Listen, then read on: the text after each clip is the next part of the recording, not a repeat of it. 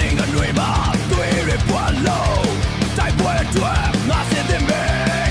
တနေ့လာရဲ့ငရဲတကားမှာတမဏိစိတ်နဲ့ငါပြတ်ချော်မယ်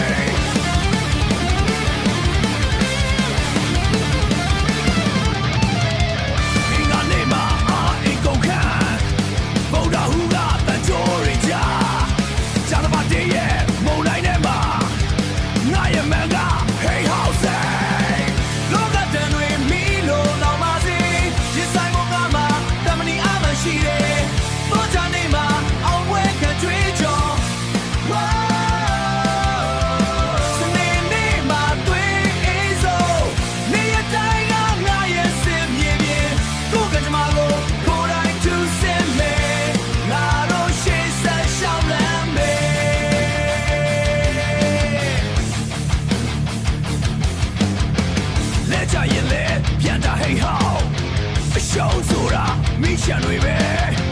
ငါနှလုံးသားကိုတမဏိတော်လှုပ်လို့အောင်ပွဲစီတော့အရောက်သွားမယ်